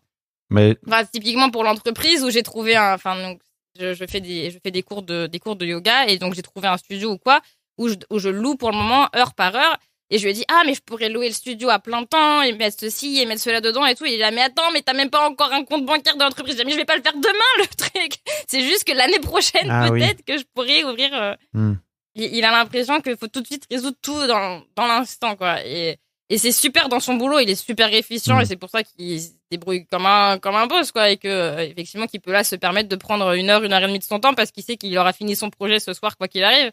Mais c'est pas toujours comme ça que ça marche dans la vie. Quoi. Toi, Émilie, t'as besoin de de pouvoir te projeter aussi, de pouvoir te dire ok bah c'est un truc que je pourrais faire etc. Mais tu le présentes pas forcément comme ça. T'es en train de dire ça un peu en mode ok donc faut le mettre en place maintenant, c'est ça? En tout cas, c'est comme ça que tu l'entends, Guillaume, quoi. C'est ça? Ouais, parce que je suis pas forcément à fond derrière les signes du zodiaque, mais je suis Capricorne et il est Balance et clairement on est comme ça. Enfin ouais, moi je suis fonceuse et lui il balance tout quoi. Je suis pas du tout horoscope et tout, mais je trouve que ça fait sens dans l'image de nous. C'est que moi je vais lui dire vas-y on fait ça, c'est trop bien. Enfin on est parti à Puerto Rico pour Noël et je lui dis mais on pourrait acheter une maison à Puerto Rico et aller vivre là-bas, ce serait trop fou. Et lui il a mais ça va pas ou quoi? Je vais pas dire qu'on va le faire, mais juste qu'on pourrait dans une autre vie peut-être aller vivre à Puerto Rico parce que c'est l'Amérique et que tu pourrais travailler en remote et que ce serait trop ouf. Et pour lui il pense que je veux le faire direct quoi. Incroyable. C'est génial Guillaume, c'est ton quotidien franchement. Bah c'est ça, tu disais en fait, sinon ça serait trop chiant si c'était que moi avec des plans et des tableaux Excel, etc. T'as une rêveuse là en face de toi. Oui, c'est exactement. Je crois que c'est un truc qui se dit, c'est les opposés s'attirent. Bah, nous, je pense qu'on pourrait pas être plus à l'opposé du spectrum. Sauf que c'est pas vrai, parce que la tableau Excel à la base, c'est moi qui suis à fond de tableau Excel et hyper cartésienne. Et encore une fois, c'est parce que je suis très contradictoire et que je me suis mise avec un mec qui est à fond comme ça. Du coup, moi, je me tire à l'inverse. Mais à la base, la nana qui est fan des paperasses, qui est fan des tableaux Excel et qui est hyper problem solver, c'est moi. Enfin, typiquement avec mes mamans, enfin je fais du yoga postpartum et en postpartum yoga c'est pareil, elles amènent des problématiques de leur vie de jeune maman et ce qu'on nous apprend en formation c'est justement ne pas leur apporter une solution, c'est pas ça qu'elles veulent, c'est une discussion et moi je suis exactement comme vous dans ce truc là, c'est que j'ai trop du mal à juste ouvrir la conversation et à lui dire viens on fait des câlins et viens je t'écoute, moi j'ai envie de lui dire tu pourrais faire cela avec ton bébé alors qu'en fait c'est pas ça que je suis censée faire. Donc en vrai, une partie de moi, ma partie gauche, elle est exactement comme vous, et ma partie droite, elle est partie à Puerto Rico. Incroyable. Et tout ça, comment ça se répercute sur l'argent? Parce que on a dû mettre en place un budget voyage, ouais. parce que sinon ça partait en vrille aussi pour les voyages. Faut qu'on mette en place des budgets pour tout quoi. Parce que sinon je peux partir facilement en vrille et puis j'ai besoin d'être canalisée dans ma petite boîte. Là t'as ta petite boîte voyage, dedans ça compte le retour en France une fois par an, le voyage qu'on fait pour les vacances de Noël et les week-ends. Ouais. Et donc j'imagine à quel point ça te frustre d'autant plus d'être dans ta petite boîte toi parce que tu peux pas gagner ton argent à toi, c'est ça? Non parce que encore une fois moi je suis pas d'accord avec le fait qu'il y ait son argent, mon argent, pour moi c'est notre argent quoi. Et du coup, okay. Dans notre argent, il y a une partie qui est réservée au voyage. Et c'est nos voyages de famille, parce que de toute façon, en priori, on voyage ensemble. À part là, en France cet été, où je passerai 3 semaines toute seule avec les filles. Mais sinon, en général, on voyage ensemble quand même. Non, pour le coup, c'est vraiment notre argent, ça. Je sais pas ça, Guillaume, il pense ça encore. Okay. Parce que moi, c'est notre argent, quoi. Il y a aucun problème là-dessus. C'est notre maison, notre voiture, notre argent. Et nos enfants. Là, pour le coup, on fait 50-50 aussi, il n'y a pas de problème. Tu parlais en fait, un sujet où pèse aussi le poids des quand dira-t-on, tu me disais, quand tu parlais d'argent. Qu'est-ce que tu évoques par là?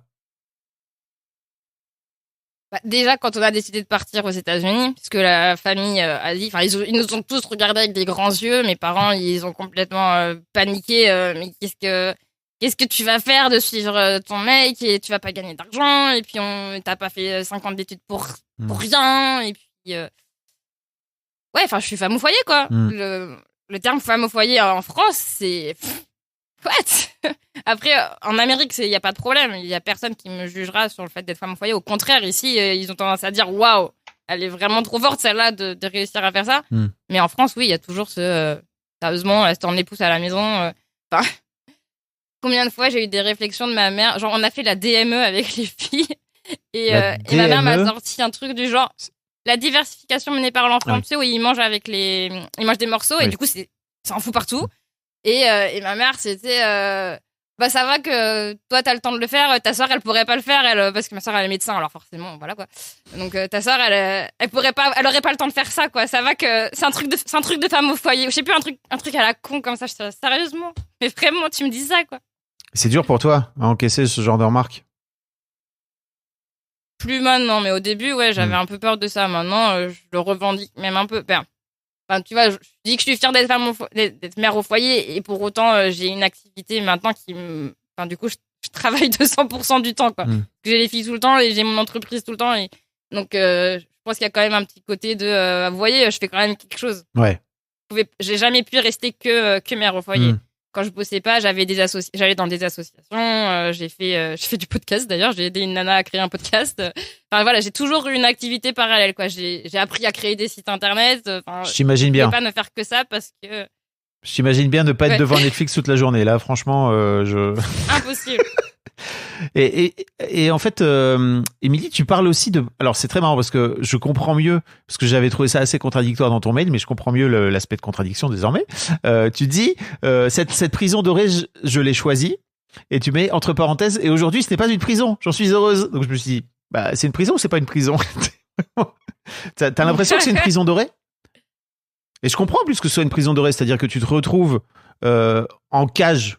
On pourrait voir ça comme ça, tu vois, avec ton mec qui gagne plein d'argent, ton gars qui a les notifications sur son téléphone dès que tu vas aller acheter un café. Enfin, tu vois, si tu regardes ça de l'extérieur, tu te dis, oh là là, et ouais, c'est pas très cool pour Émilie, quoi, tu vois. La prison dorée, c'est pas tant par rapport à Guillaume, c'est par rapport à cette situation de visa où en fait ça m'a gavé de juste pas avoir le droit de travailler. Et après, c'est un privilège dans le sens où j'ai pu être mère au foyer, chose que j'aurais jamais fait en France. Et aujourd'hui, pour rien au monde, je le revivrais autrement parce que passer tout ce temps avec mes enfants, les 5 premières années de leur vie, c'est tellement un bonheur. Enfin, ouais, je veux cette chance et j'ai du coup compris que là, maintenant que je vais pouvoir vraiment travailler, le créneau 3h30, 18h, je veux le garder libre tous les jours jusqu'à ce qu'elle quitte la maison parce que c'est là où les enfants ils sont à la maison et où ils ont besoin de nous et c'est une grande chance et du coup, c'est une prison dorée qui n'est plus une prison parce que j'ai pu faire plein de choses. On a pris le temps aussi de trouver notre rythme et maintenant, petit à petit, j'ai incorporé du temps de travail rémunéré dans ce rythme-là qui arrive petit à petit. Guillaume, il y a des week-ends où effectivement, en ce moment, il bosse. Il s'occupe des filles tout le week-end parce que moi, je bosse tout le week-end, mais on l'a mis. Ça, c'est venu petit à petit dans notre routine, quoi, dans notre rythme et donc c'était trop bien cette prison dorée qui au début était une prison, mais maintenant c'est plus une prison quoi. C'est au contraire, ça nous a ouvert tellement de portes et ça nous a permis de réaliser tellement de choses. C'est une chance que de ne pas avoir eu ce permis de travail pendant 5 ans. Incroyable. Ouais. Incroyable. Mais alors finalement, t'es relativement détendu par rapport à en tout cas, j'ai un peu l'impression que ton rapport au fait que tu ne ramènes pas d'argent, c'est peut-être un peu détendu avec les années, c'est ça? Vas-y Guillaume, tu levais le doigt. Il y a un truc, c'est que quelque chose que j'aime pas du tout, c'est qu'elle ramène pas d'argent. C'est pas vrai. C'est que l'argent que moi je ramène, je pourrais pas le ramener si elle était pas là. Donc c'est pas qu'elle ramène pas d'argent, c'est qu'elle ramène 50% de l'argent que notre couple ramène, que c'est notre argent et on pourrait pas avoir les enfants et la vie qu'on a maintenant si elle était pas là. C'est pas juste l'argent, c'est un ensemble, c'est juste un outil dans un groupe plus grand qui est nous. Et nous, on pourrait pas être là si elle était pas là et si elle ne ramenait pas d'argent. Et c'est ça qui... Ouais, j'aimais juste vraiment pas cette formulation. Désolé. Ah, je comprends. Et, désolé de l'avoir utilisé, je comprends ce que tu veux dire, vraiment, c'est maladroit. Et plus que ça, c'est un investissement. Parce que elle a ce côté... moi, j'ai besoin moi, je crée le matelas, la sécurité et tout ça, et Amélie, elle a un niveau de risque qui est beaucoup plus élevé que moi. Et ça, si on les combine, bah du coup, on est capable de prendre des risques tout en ayant un gros niveau de sécurité. Et le fait qu'elle travaillait pas, et donc elle ait un peu de temps pour se chercher, trouver où appliquer ses risques, et trouver ce qui lui plaît et trouver un marché, c'est un investissement qui va payer et qui commence à payer. Et donc, ouais, elle ramène pas d'argent, mais c'est un investissement. Un investissement, ça ramène pas d'argent au début, ça ramène de l'argent plus tard. Et donc, je suis son investissement. Tu vois à quel niveau je trouve que c'est... Non, c'était pas un investissement, mais on investit. Oui. C'est nous qui faisons un investissement. C'est pour ça que je trouve que c'était pas correct à plusieurs niveaux dans cette formulation. Et je pense qu'il y a un incompris de beaucoup de gens dans ce type de situation et qu'il y a des gens qui vont sans doute se bloquer, se morfondre et pas prendre tout ce qu'il y a à prendre dans ce type de situation. Et je pense que la formulation je ramène pas d'argent, c'est justement cette idée d'avoir peur des candidatons. Je pense que c'est un des candidatons que j'avais dans ma tête, c'est les gens ils se disent elle ramène pas d'argent à la maison quoi. Ouais, parce qu'ils comprennent pas, ils peuvent pas tout comprendre une situation qui est aussi complexe. Aussi c'est que pendant tout ce temps-là, toi t'as appris énormément et t'as eu plein d'apprentissages dans le domaine du business. T'es passé, tu voulais essayer de faire des MLM. MLM? Des low-level marketing, multi-level marketing. C'est genre les trucs pour vendre les compléments alimentaires et tout là sur Instagram. Okay. Et plein d'autres délires t'as testé des trucs dans ce goût-là. J'ai pas testé, j'ai ramené des idées. C'était pas loin. Okay. j'ai jamais sauté le pas de faire des trucs comme ça. Ouais. Jusqu'au jour où l'idée c'était je voudrais faire une formation dans le prénatal, aider pour accompagner les couples enceintes, faire du yoga, faire du sport et arriver avec un business plan. Et là c'est juste ça c'est sérieux, ça c'est comme ça que ça marche. Et ça a pris plusieurs années et là l'investissement il paye. Tu vois ce que je veux dire? Donc c'était pas un coup, ça a jamais été un coup. T'es ok avec ça, Émilie? Ouais. Il y a le rapport à l'argent qui entre en compte là-dedans, mais il y a aussi que j'ai navigué à travers 2 postpartum sur ces 5 dernières années et ça a beaucoup contribué à tout ce que j'ai pu dire, à tout ce que j'ai pu penser, cette espèce de brouillard qui a été plus ou moins épais. Enfin, j'ai fait 2 dépressions non diagnostiquées. Enfin, j'ai fait 2 périodes très... Pas obligé de mettre des guillemets, hein. Noires. Parce que j'ai jamais été diagnostiquée en dépression, mais j'ai vraiment eu 2 postpartum avec des périodes très noires à chaque fois et que du coup, ça a pas aidé non plus à ce que je vois les choses toujours de manière très optimale, quoi. Et ça, je crois qu'en tant que mec, c'est compliqué pour nous de comprendre ce que c'est que la dépression postpartum. Vraiment, c'est même impossible de le piger tant qu'on l'a pas vécu dans la chair, quoi. Déjà, ne serait-ce que sortir un être vivant de soi, quoi. Tu vois, c'est quel est le what the fuck, tu vois. Comment tu peux imaginer ça? What? Pardon, tu disais Guillaume a... Je pense que Guillaume a traversé une période pas très drôle après mon second down de postpartum où c'était lui qui a été pas bien à un moment donné et je pense que maintenant il est capable de comprendre ce que j'ai traversé parce que la fatigue joue beaucoup dans nos états de santé, mais je pense qu'il y a eu une période où c'était pas très drôle pour lui non plus et la dépression postpartum chez le partner, c'est le papa c'est le ou second parent. chez le coparent, pardon. Ouais, j'ai essayé d'être inclusif merci. dans mes cours. Alors du coup, la dépression postpartum chez le partenaire existe. Bien sûr. Et oui, bien sûr.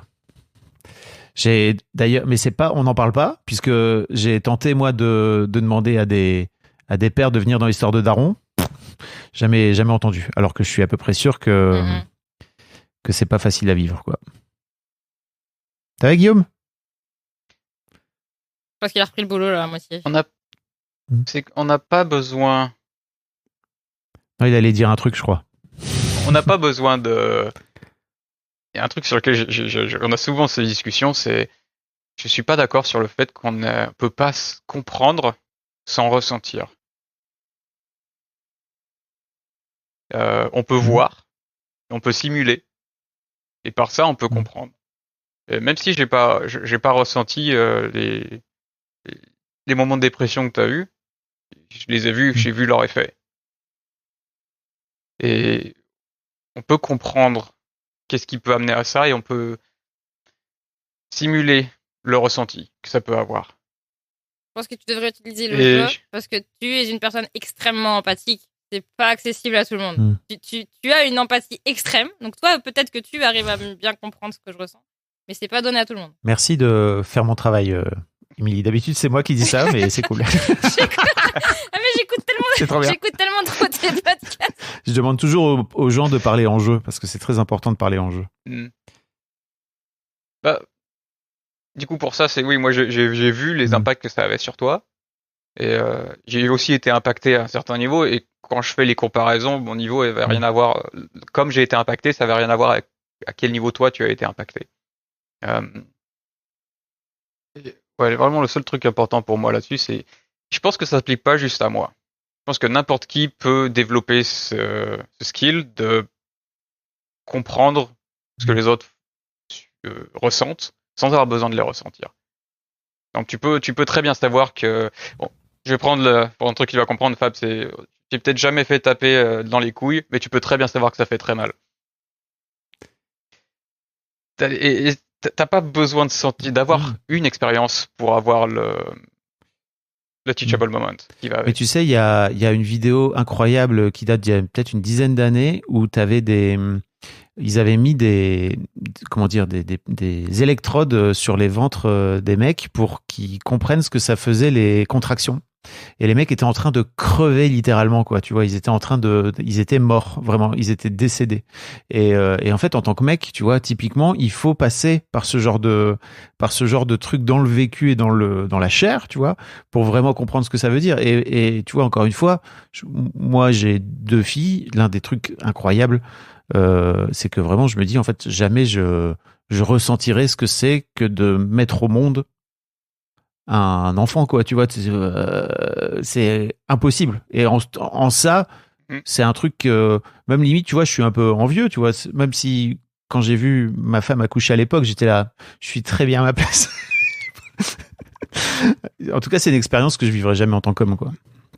Mais je comprends ce que tu veux dire, ouais. D'essayer de faire preuve d'empathie à ce moment-là, quoi. Et même un niveau plus loin. Si tu comprends, le but d'avoir ressenti la même chose qu'une personne, c'est que du coup, tu adaptes ton comportement et tes réactions par rapport à cette personne. Et ben, en fait, t'as pas besoin de toute cette chaîne. Si t'as de compréhension suffisante, tu peux juste adapter ton comportement pour. J'aime trop comme tu viens de faire l'ingénieur en 2 secondes, là, tu vois. C'est génial, hein. Oui, je vois ce que tu veux dire. Est-ce qu'il y a un truc sur lequel je vous ai pas amené dans le rapport à l'argent dont vous auriez aimé parler? Parce qu'on a parlé de plein de trucs, hein.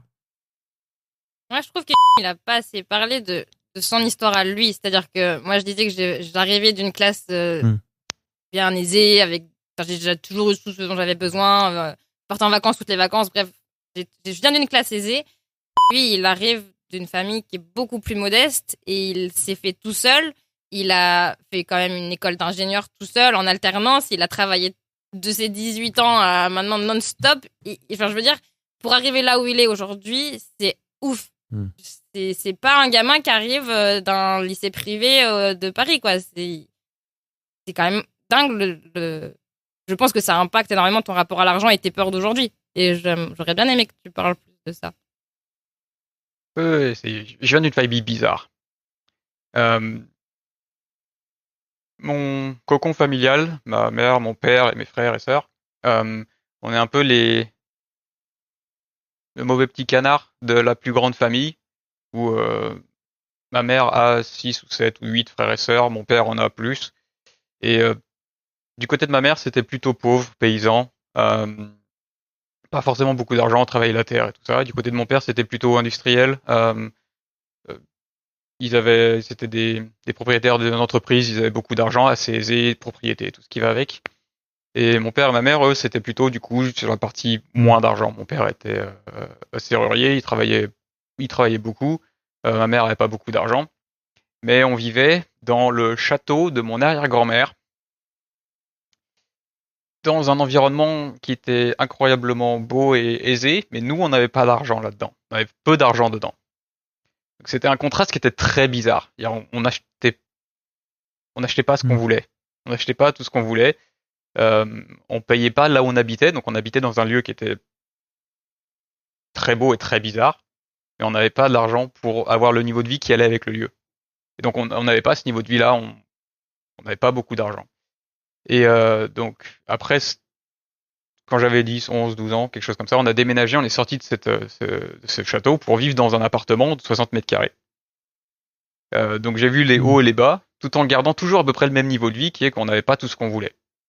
Si je voulais quelque chose, il fallait que je gagne de l'argent, je travaillais pour l'avoir, je nettoyais les vitres, je nettoyais les voitures, ou je faisais des brocantes pour vendre des trucs. Et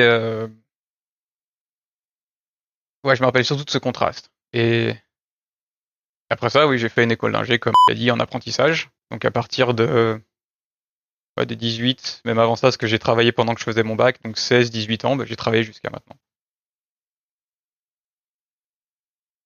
Il n'y a vraiment rien de spécial là-dedans. Je veux dire, tes parents, ils t'ont jamais aidé financièrement à quoi que ce soit. T'as trouvé un appart pour faire tes études que tu as payé grâce à ton apprentissage. Ouais, c'est pas aussi clear cut que ça. J'ai toujours eu un petit peu d'aide. Mon père, il m'a donné un petit peu d'argent quelques mois au début quand j'ai eu mon appartement. Je crois qu'il m'a donné, je crois que c'était 500 € pendant 2 mois. Premier appartement, je l'ai partagé. J'étais en colocation avec mon frère. On partageait le loyer à deux. Au bout d'un an, il a changé et du coup, Amélie est venue dans l'appartement avec nous. J'ai toujours eu de l'aide. J'ai toujours eu un petit peu d'aide. J'ai toujours eu une base d'aide qui m'a permis d'avancer. Sans ça, je serais pas là. Tu comprends ce qu'Émilie est en train de te dire, en fait, elle est en train de te faire... J'avais 1000 € d'aide et moi j'ai eu assez d'aide pour nous payer un voyage en Amérique du Sud et l'apport d'une maison, c'est pas le même niveau d'aide parentale, quoi. Ouais, c'est pas le même niveau d'aide, mais c'est le niveau d'aide qui a suffi. Sans ça, c'est ce qui a fait la différence. C'est ce qui m'a permis, au reste de moi, de pouvoir être là où je suis maintenant. Si j'avais pas eu ça, ça aurait pas marché. C'est pas ce qui a fait, pas ce qui a tout fait, mais je pense c'est ce qui a fait la différence. Et donc je pense pas que ce soit correct de dire que j'ai rien eu. Non, j'ai eu de l'aide, j'ai eu de la chance, j'ai eu beaucoup de chance, j'ai aussi beaucoup travaillé, mais c'est l'ensemble qui a fait que ça a marché. Mais aujourd'hui, tu as quand même un niveau de vie qui est nettement différent de ce que tu as connu toute ton enfance. Alors que moi, je suis à peu près pareil. Un peu mieux, certes, parce que, ouais, effectivement, on gagne plus que ce que ma mère a gagné, mais quand même, je suis toujours à peu près au même niveau de vie où je pars en vacances quand j'ai envie, où je m'achète ce que je veux quand j'ai envie de l'acheter. Et ça, je l'ai toujours eu. Alors que toi, pas du tout, quoi. Et ça, c'est pas anodin. Et c'est d'ailleurs un truc qui c'est pas encore source de discussion et de conflit entre nous, mais je pense que ça pourrait le devenir. C'est ce qu'on apporte aux filles. C'est-à-dire que les filles, elles ont toujours tout ce dont elles ont besoin au moment où elles en ont besoin. Et toi, des fois, ça te dérange un peu ce côté de Louise de dire ah, je veux ci, je veux ça. Et moi aussi, ça me saoule en plus d'ailleurs qu'elle le fasse. mais du coup, essayer de pas avoir d'enfants capricieux et d'enfants qui ont tout ce qu'elles veulent au moment où elles le demandent, c'est quelque chose que moi, il va falloir que je déconstruise et que toi, tu apportes ton grain de sel là-dedans et je sais pas comment et je sais pas où est-ce que tu veux aller là-dedans, quoi. Un des trucs intéressants, c'est typiquement on a des comptes secrets. Pour les filles, on achète des actions, on achète un tout petit peu d'actions tous les mois, aux alentours d'une centaine de dollars par fille. On achète des actions, c'est des ETF, c'est des groupes d'actions qui suivent le marché. Et c'est des comptes que je refuse qu'elles sachent qu'ils existent. Et en fonction de ce qu'on verra jusqu'à leurs 18 ans, 20 ans, 21 ans, si jamais on voit qu'elles nous prouvent qu'elles savent gérer l'argent, qu'elles ont un rapport qui est, on va dire, sain, qu'elles vont pas juste tout claquer dans des Louis Vuitton, par exemple, eh ben on leur donnera accès. Ou en partant en Amérique du Sud, juste après leur mariage pendant 8 mois. Très bon point. Très bon point, Émilie. On verra comment elles en font. Un voyage de 8 mois dans un pays où tu vas devoir apprendre plein de choses, entre autres apprendre une autre langue, tu valides. Je sais que c'est pas un caprice qu'on a fait en partant, je sais très bien. Mais Non. non. Après, on verra ce qu'elles en font, mais surtout, ouais, c'est ce côté, le petit bonus qui pourrait leur aider. Moi, c'est ça que je voudrais leur apporter. Là, c'est un gros pas qu'on a fait. Qu'elles aient la sécurité derrière. Ouais, c'est ça. C'est un gros pas qu'on a fait l'un vers l'autre dans ce compte-là. C'est que moi, j'étais là, on va leur ouvrir un compte à la naissance qu'on leur donnera à 18 ans. Elle a dit jamais de la vie. et du coup, on a fait un pas l'un vers l'autre où on a créé ce compte qui est à notre nom et qu'on leur donnera quand elles en auront besoin, quoi. Ok. Des fois, on arrive à faire des pas l'un vers l'autre. Je vois ça. On n'est pas que à tirer l'élastique, c'est bien. Mais c'est intéressant parce que pour moi, ça fait partie vraiment des vrais enjeux de réussir à offrir la meilleure relation possible à l'argent à ses enfants. C'est une grosse prise de tête dans laquelle je suis parce que mes filles ont 17 et 15 et elles n'ont pas du tout le même rapport à l'argent. Il y en a une qui économise le plus possible et l'autre qui claque dès qu'elle peut. Donc c'est vraiment rien à voir et c'est très intéressant parce que moi je sais que en fait j'ai grandi avec beaucoup de peur de manquer. Et en fait, je crois que c'est vraiment le pire truc à offrir à ses enfants, la peur de manquer. Et je fais très attention à pas leur refiler ça. Et quand on vient d'une famille où on n'a pas eu beaucoup, ce qui est un peu mon cas, c'est super dur de réussir à trouver le juste milieu, je trouve, entre offrir à tes enfants ce que t'as pas toi-même pu avoir, quoi. Et en même temps, de ce fameux truc de la valeur de l'argent.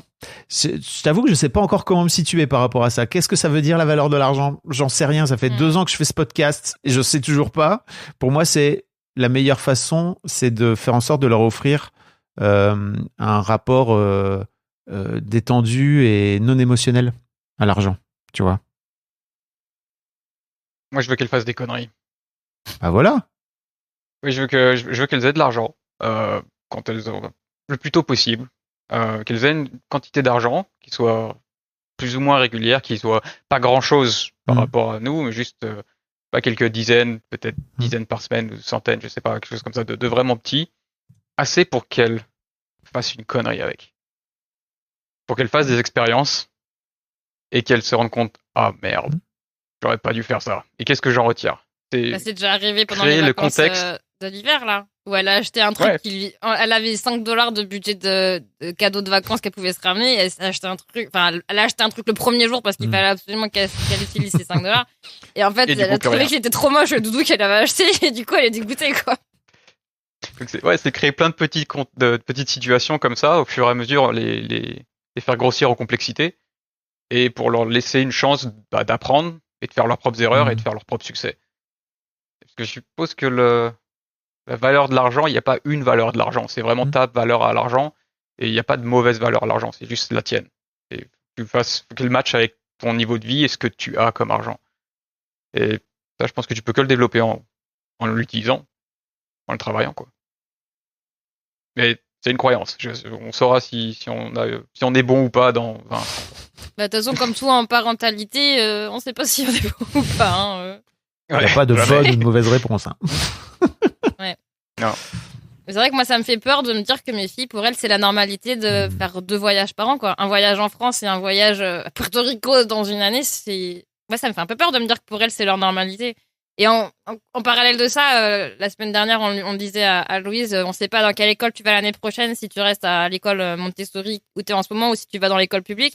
Elle me dit non, mais je préfère aller dans l'école publique, comme ça on dépensera moins d'argent, ce sera gratuit et tout. J'étais là, oh, wow, ok, d'accord. Eh ben. Donc bon, on verra ce que ça va donner. 4 ans, donc c'est ça? Oui. Oui.